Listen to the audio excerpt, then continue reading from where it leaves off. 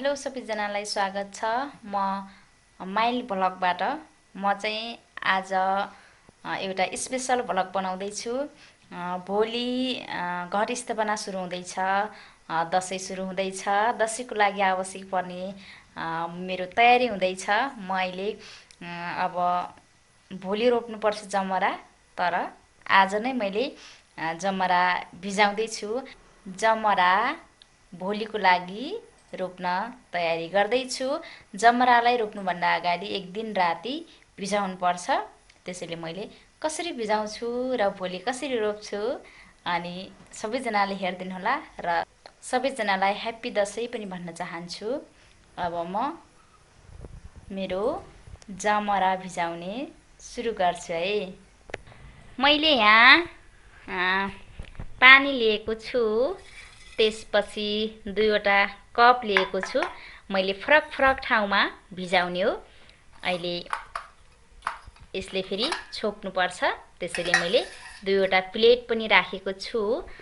त्यसपछि मैले बजारदेखि किनेर लिएको है।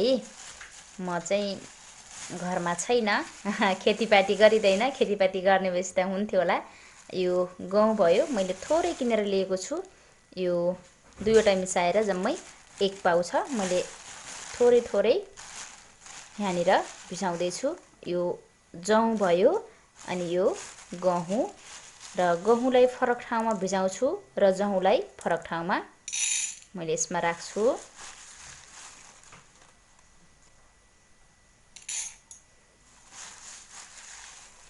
आफूलाई जति आवश्यक पर्छ त्यति भिजाउनु होला।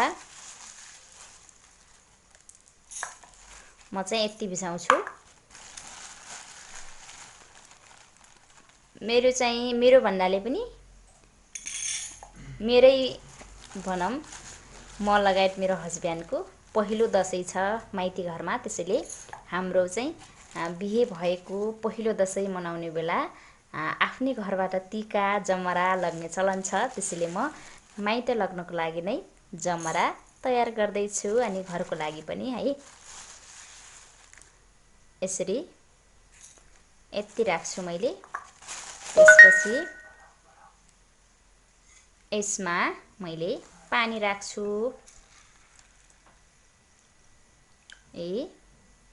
अनि यसमा पनि राखौँ। यसरी अब यसलाई अलिकति चलाइदिनु। मैले मेरो हातले चलाएँ, मेरो हात सफा छ है, फोहोर छैन। यसलाई भिज्न दिनुपर्छ। आजको रातभर भिज्छ अनि म भोलि बिहानै उठेर मैले जमरा रोप्नेछु। दसैँको जमराको लागि हाम्रो मिसेसले चाहिँ माटोको तयारी गर्दैछन्। यहाँ हाम्रो भाँडा चाहिँ एकदम खतरा रहेको छ। यहाँ यो गत्ता अनि चाहिँ माटो यहाँ हाल्ने। माटो यहाँ राखिसके के गर्ने हो यिनले थाहा छ, मलाई थाहा छैन। के गर्नुपर्छ र यसलाई मसिनो बनाउने?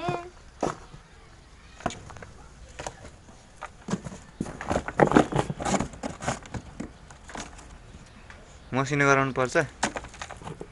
मसिनो बनाउनु त पर्दैन, तर यस्तो गराएपछि राम्रो उम्रिला नि।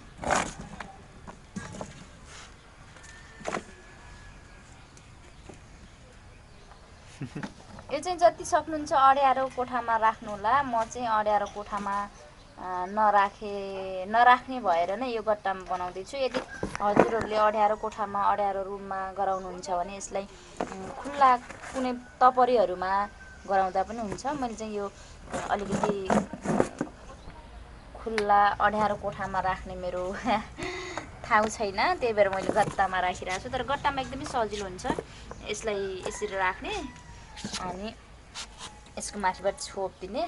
यो जमरालाई चाहिँ पहेँलो बनाउनु पर्छ विशेष गरेर, त्यही भएर घाम पस्न दिनु हुँदैन।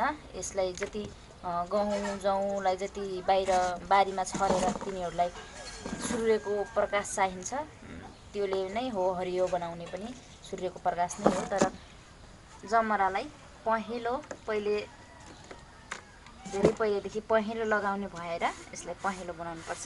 अब म यसलाई कहाँनिर बसाल्छु लग्दैछु। अड्यालको खाइमा चोखो ठाउँमा राख्नुपर्छ नि त, त्यही भएर मैले यहाँनिर चोखो पनि छ, यहाँ कसै पनि आउँदैन, त्यसैले यहाँ हेर्नु न अड्याल त सकेर। अब यसको लागि मैले यसको माथि राख्ने पाती पनि ल्याउनुपर्छ।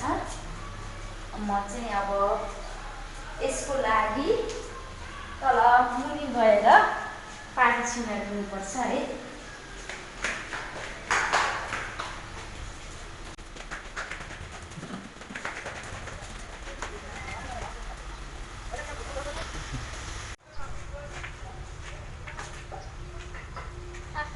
कति मजाको छ फेरि, मैले सोचे जस्तै छ फेरि।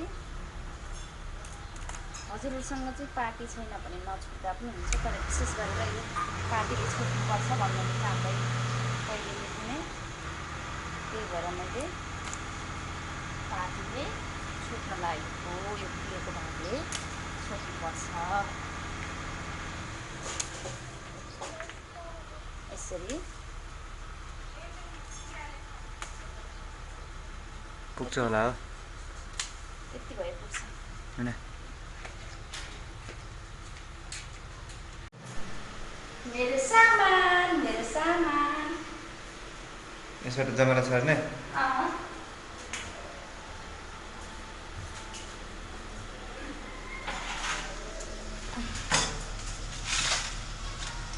सुरुमा यसले पूजा गर्नुपर्छ अरे है। म पनि सिकेको आमा बाबाबाट।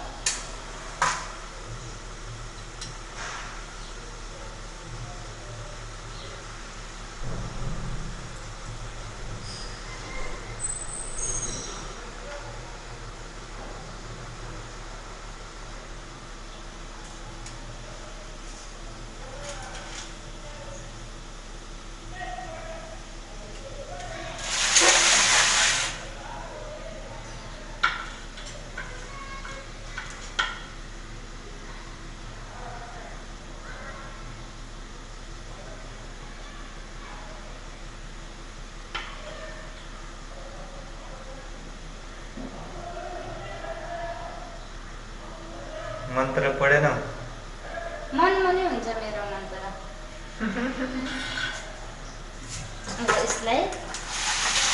यसलाई यसमा छ है मेरो हिजो मैले हिजोको लागि मैले जुन भिजाएको थिएँ, नुन त यो राख्नु, यो यति यसरी बनेको छ। हजुरले यदि भिजाउन बिर्सिनु भएछ भने पनि आज घर स्थापना आजको बिहान भिजाउनुहोस्, त्यसपछि साँझ राख्नु होला। तर भोलिको दिन त रोप्दैन जमरा हैन, घर स्थापनाको दिन नै हो विशेष गरेर जमरा।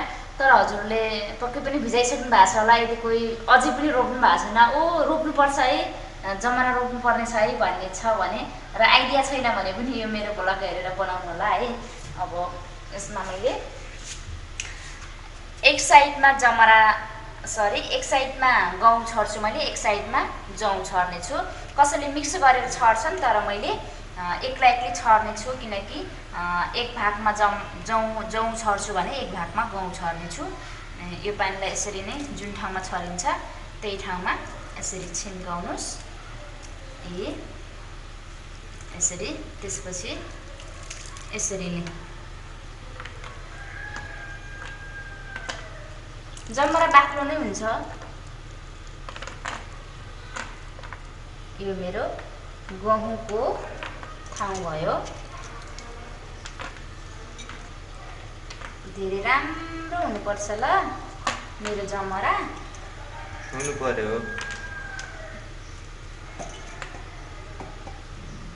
अब यो भयो। अब जहुँको पालो। जहुँ पनि यो जुन पानी छ यही पानी सुरुमा छिम्काइदिने, त्यसपछि छर्नु पर्नुहुन्छ यसरी। हाम्रो घरतिर चाहिँ के भन्छ भन्दाखेरि पुर्खाहरूले यो जमरा यसरी लगाएको चाहिँ उम्रन्छ रे है। अनि यो एकदमै राम्रोसँग उम्रेछ भने अहिलेको जुन गहुँ जौँ छर्ने समय हुन्छ नि त्यो एकदमै राम्रो हुन्छ अरे, एकदमै धेरै फल्छ अरे। तर त्यो जौँ यो जमराले खासै राम्रो उम्रेन, खासै राम्रो सप्रेन भने होइन अहिले गहुँ जौँ धेरै हुँदैन भन्ने मान्यता पनि पुरा गर्नुहुन्छ, त्यस्तो मान्यता पनि छ भन्नुहुन्छ। अब मैले यसको माथिबाट यस्तै अब डेली साँझ बिहान पानी चार्नु पर्नेछ। मैले योभन्दा पछाडिको भिडियोहरूमा हजुरलाई पानी चारेको पनि सिकाउने छु, देखाउने छु। तर यसरी पानी चार्नुलाई डेली साँझ बिहान यसरी 1 अम्खरा पानी चार्नु पर्नेछ। अब यति भइसकेपछि मैले जुन अगाडि पाती छिनेको छु यो पातीलाई मैले अब यसलाई मैले यो अगाडि मैले पाती लिएको छु। यदि हजुरसँग पाती छैन भने त्यत्तिकै गराउँदा पनि हुन्छ, तर यसरी गराएपछि राम्रो हुन्छ अरे भन्ने सुनेको।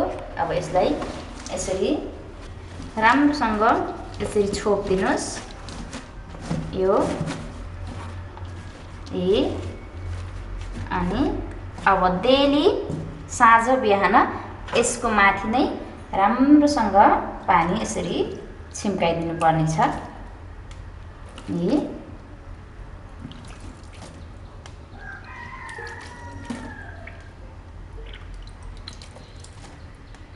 भयो मेरो जमरा छर्ने तरिका।